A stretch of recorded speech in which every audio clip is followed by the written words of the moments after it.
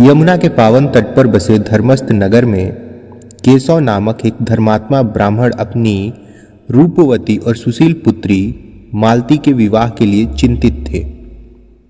नियति का खेल ऐसा था कि माता, पिता और पुत्र तीनों ने अनजाने में मालती का विवाह 3 अलग अलग युवकों से तय कर दिया। तीनों युवक मन में ही मालती से प्रेम करने लगे।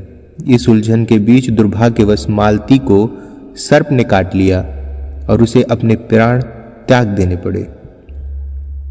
तीनों युवक ब्राह्मण पिता और भाई ने अत्यंत दुखी होकर उसका अंतिम संस्कार किया। किंतु प्रेम कहां मरता है। पहला युवक मालती की अस्थियां चुनकर तपस्वी बन गया, जंगल में चला गया। दूसरा युवक मालती की राख की पोटली बांधकर उसी शमशान के निकट कुटिया बनाकर रहने लगा। तीसरा युवक विरक्त होकर योगी बन गया और देश देश घूमने लगा।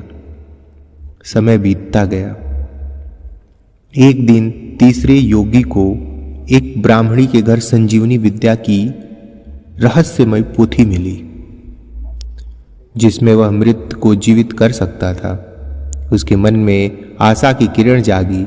मैं मालती को पुनः जीवित कर सकता हूं। वह तुरंत उसी शमशान घाट पहुंचा जहां अन्य 2 युवक भी उसी का इंतजार कर रहे थे। तीनों ने मिलकर हड्डियों और राख को एक साथ रखा।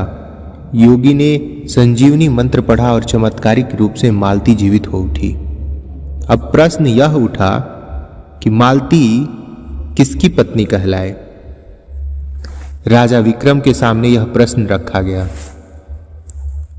जिसने हड्डियां रखी वह पुत्र तुल्य है, जिसने संजीवनी विद्या से प्राण दान दिया वह पिता तुल्य है, परंतु जिसने अपने को उसके जीवन की राख में जोड़कर वही कुटिया बनाकर निवास किया वही उसका वास्तविक पति है।